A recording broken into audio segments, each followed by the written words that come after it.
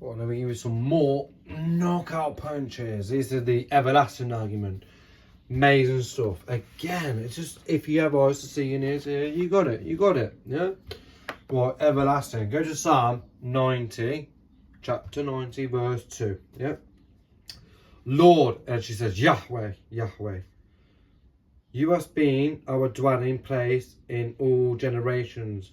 Before the mountains were brought forth, or ever thou hast formed the earth and the world, even from everlasting to everlasting, you are God, thou art God.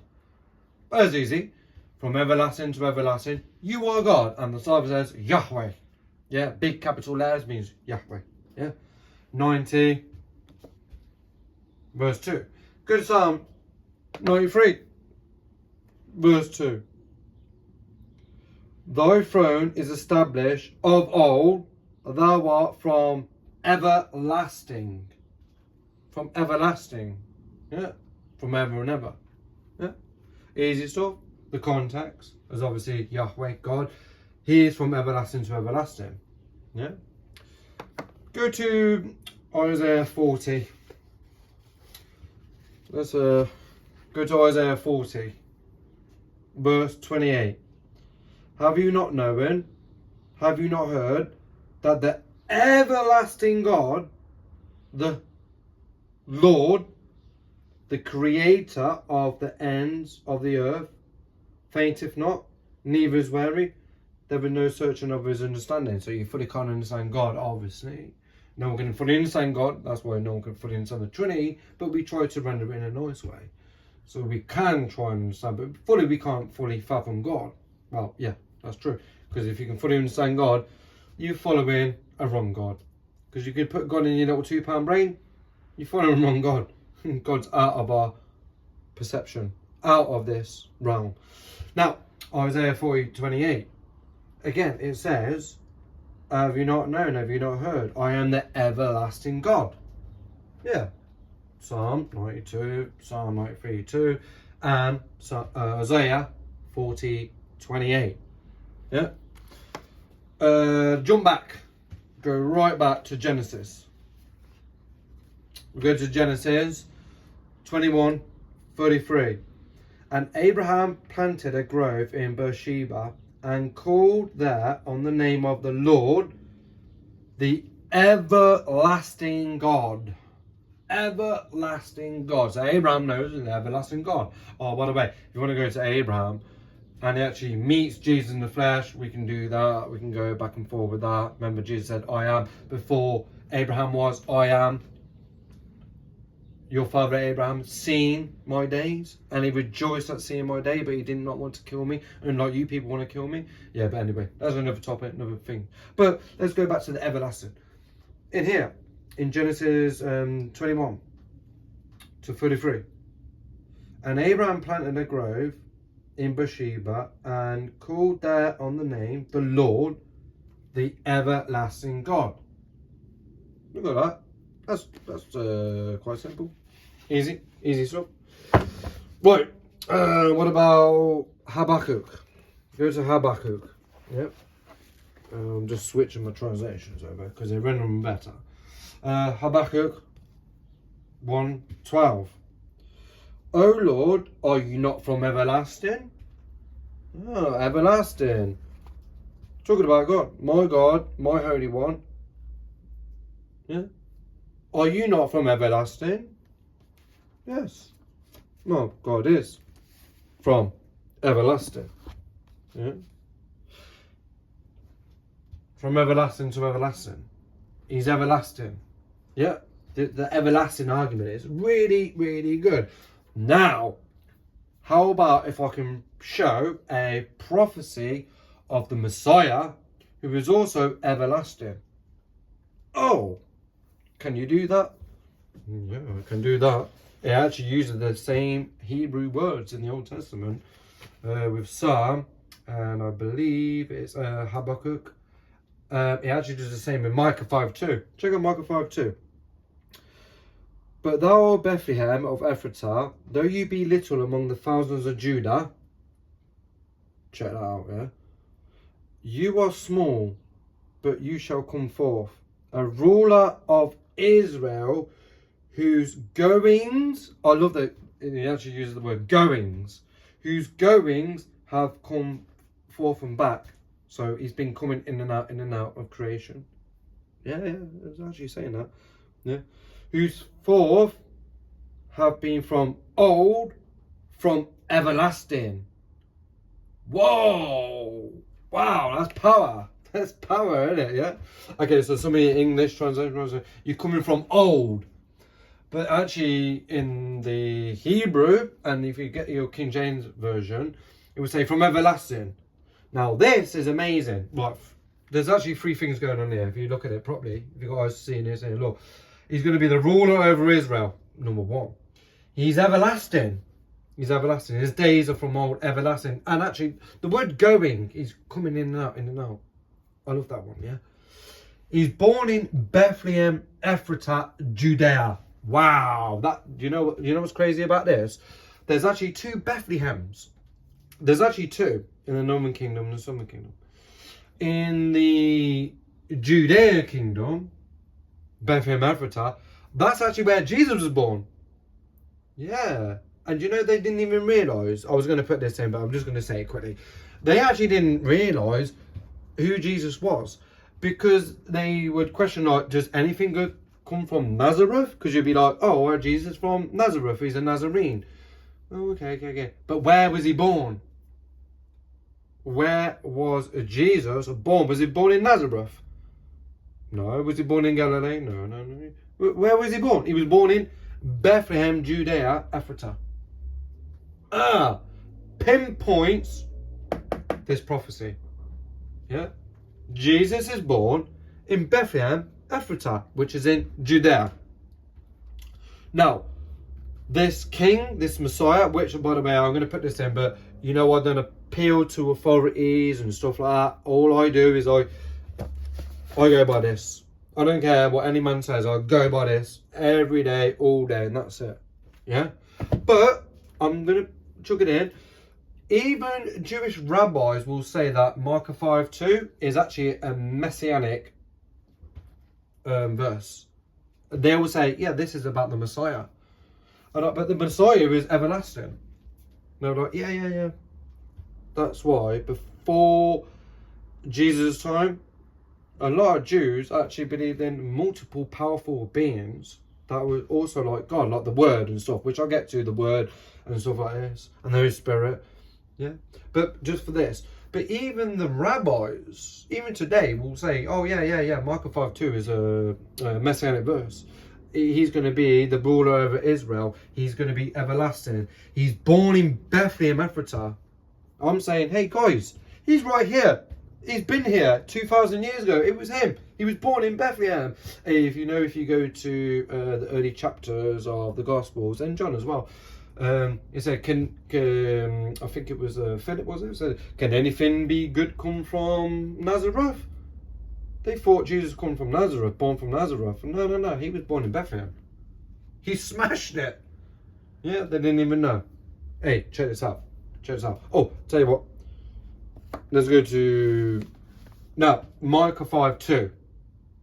Prophecy of the ruler of Israel, number one. Yeah, everlasting. He's born in Bethlehem. Yeah. Well, if you go to your Matthew chapter 2, yeah, verse 1-6. Now check this out. In fact, in 6, it cross-references Micah 5:2. It doesn't finish it and do everything, but it cross-references, because you'll see it. Hey, look what it does. After Jesus was born in Bethlehem, where was Jesus born? Oh, in Bethlehem. He wasn't born in Nazareth. He was born in Bethlehem. After Jesus was born in Bethlehem, in Judea, during the time of King Herod, Magi from the east came to Jerusalem and asked, where is the one who has been born King of the Jews? Oh, these Magi's who actually come from the east, they knew the King of Israel was going to be born in Bethlehem. They knew. And that Bethlehem star was there. That's what they followed. Yeah? The nativity story, it's there. It's good. It's beautiful. Yeah? And we can back up by scientific evidence now and everything. Really, really good. Where is the one who has been king of the Jews? We saw his star in the east, and we have come to worship him. Well, wait there. You've come to worship? Who? The king of the Jews? Oh, who's this? Amazing. When King Herod heard this, he was disturbed, and all of Jerusalem with him. When he had called together all the people's chiefs and priests and teachers of the laws, he asked them where the Christ is, or the Messiah is, where the Messiah was to be born. And they said this, in Bethlehem in Judea, they replied, for this is what the prophet has written. Now check this out, verse 6. But you, Bethlehem, in the land of Judea, are by no means least among rulers of Judah. For out of you will come a ruler who will be the shepherd of my people. Wow, just that alone. You know the shepherd? Shepherd of my people, shepherd of my flock. I gather my flock in my hands. I am the good shepherd. You know Jesus called himself the good shepherd. You know in the Old Testament, God is the shepherd of his people. Yeah, he gathers his flock. He gathers. Yeah, they knew. They were looking at this and they're like, Micah, what? Yeah, well, Matthew, yeah. Well, Matthew, the Magi's are going there. Yeah, tell you what. Go to verses 10 and 11. Go to 10 and 11. This is amazing. Look at this, look at this. When they saw the star, in the star of Bethlehem, when they saw the star, they were overjoyed. On coming to the house, they saw the child with his mother Mary. So, Mary? Who? What kind of Mary? Come on, look at the context. It's Mary, the mother of Jesus. They came there and guess what they did? They bowed down. Oh, makes me cry, man. They bowed down and worshipped him. They bowed down and worshipped him. Yeah. Now, these Magi's were very, very smart. You got to remember, when Daniel, the prophet, mate, actually, this is crazy. Because obviously, it's riddled. The Bible's full of prophecies like everywhere. Okay. So, God from everlasting to everlasting is going to be born eventually. The ruler of Israel, everlasting, born in Bethlehem, Ephratah. Yeah, Micah 5:2. Matthew 2:1-6 says, this is Jesus, this is him. Well, it quotes Matthew 2:6. Matthew 10-11, they bowed down and worshipped him. They knew who he was. They knew him. And these weren't even Jewish people. Yeah? These were like what you call Persians. Yeah? But they knew. Because of Daniel. If you remember when Daniel went into exile with the Babylonians and the Babylonians got taken over by the Median Persia. Yeah? He would have probably told them about the Messiah coming, the King of Israel. Yeah, definitely. Because how would they have not, how would they have known? How would they have known that the King of Israel, the King of the Jews, the King of Kings, the Lord of Lords, was going to be born? If you follow his star. He would have taught them. Yeah? Daniel would have taught them. And Daniel got amazing prophecies. The Son of Man, who is God that everyone worships. Yeah? Don't believe me? Hey, look, watch this. We're going to get something good here. Yeah, watch this. Anyway, so everlasting. He's born. They worship him. Micah 5:2 says, rabbinic Jews say, this is actually about the Messiah. So he's from everlasting. Oh, yeah. Oh, he is. The thing is, they're still waiting for him. No. He's already been born. He was born from the Virgin Mary. And he will be called Emmanuel, God with us. Yeah. And, obviously, a son will be given to us. And he will be called Al-Gibor, mighty God. Yeah. Don't believe me? Okay, go to Isaiah 9:6. Isaiah 9:6. A son will be given, and his name will be Al-Gibor, mighty God. Yeah? Well, what son? Go to Isaiah 7:14. Actually, you like this, Isaiah 7:14. Anyway, let me.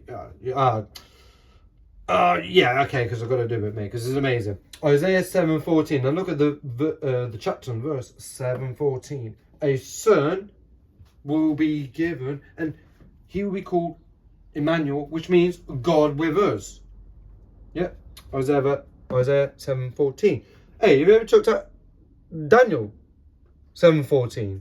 What? And we've just been talking about Micah and Matthew with the Magi's, and Daniel was pretty much there with the Magi's. Not the Magi's on their day, obviously, because I was like many centuries before. By the way, this stuff like Micah, Habakkuk, these are like hundreds and hundreds of years ago. These are Micah's like prophecy hundreds of years, hundreds before Jesus comes and the virgin birth.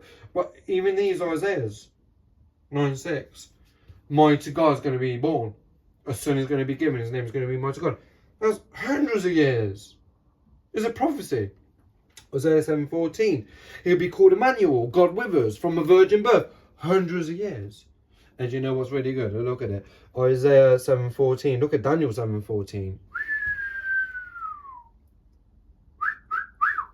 7:14. Daniel 7:14. Have you ever read it? Go to 13 and then 14. Well, 13, Daniel's having a vision. He's seeing the Son of Man coming to the Ancient of Days. The Son of Man. Literally, definitely, the Son of Man coming to the Ancient of Days. And then in Daniel 7:14, guess what? Everyone bow down and worships the Son of Man. Wow, that's amazing. When Isaiah 7:14, that's God with us. Hey, maybe I'm just jumping conclusion. What is it, a coincidence?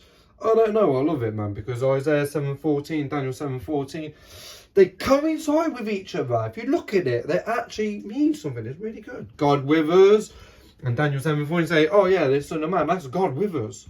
Yeah, we bow down and worship him. Yeah. Anyway, go back to everlasting. Smash it down. Last one. Hebrews 1:8. I don't care what anyone says. You get, oh, that's just a prayer. Or that's it. Have you heard these? Because they're silly. They have not read it.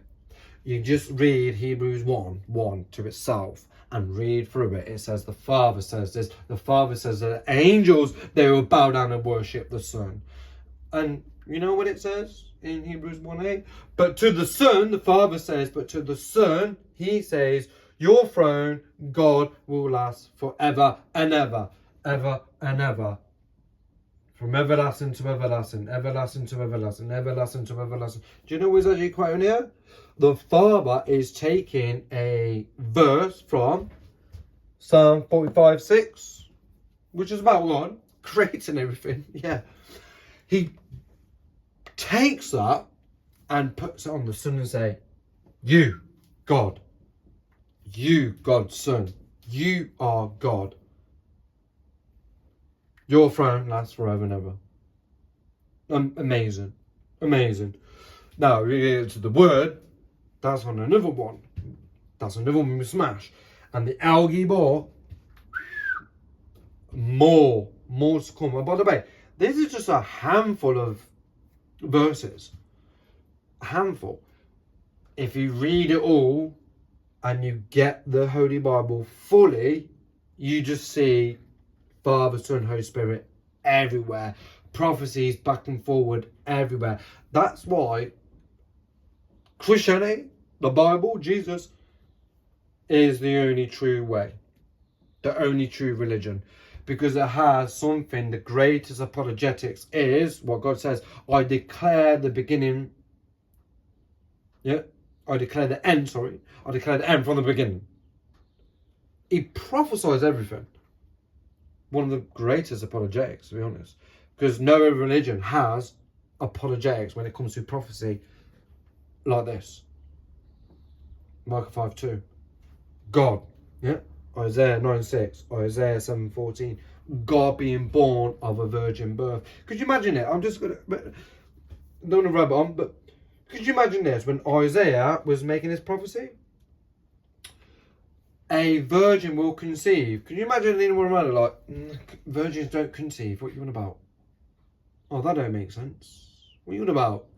Well, Isaiah was saying, no, there will be a virgin who will conceive, and he will be called Emmanuel, God with us,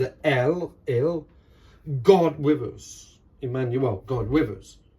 They must have looked at him and thought, you're crazy. You're a crazy guy. Yeah. In Isaiah 9:6, he would be called Mighty God. As some would be governed, would be not called Mighty God. They must have thought he was crazy. But guess what? It fulfilled. It passed, didn't it? Jesus was born from the Virgin, and he is Mighty God, the Son. Backing up Micah 5:2. The ruler of Israel, everlasting, born in Bethlehem, Ephratah, Judah. What are we going to do with that?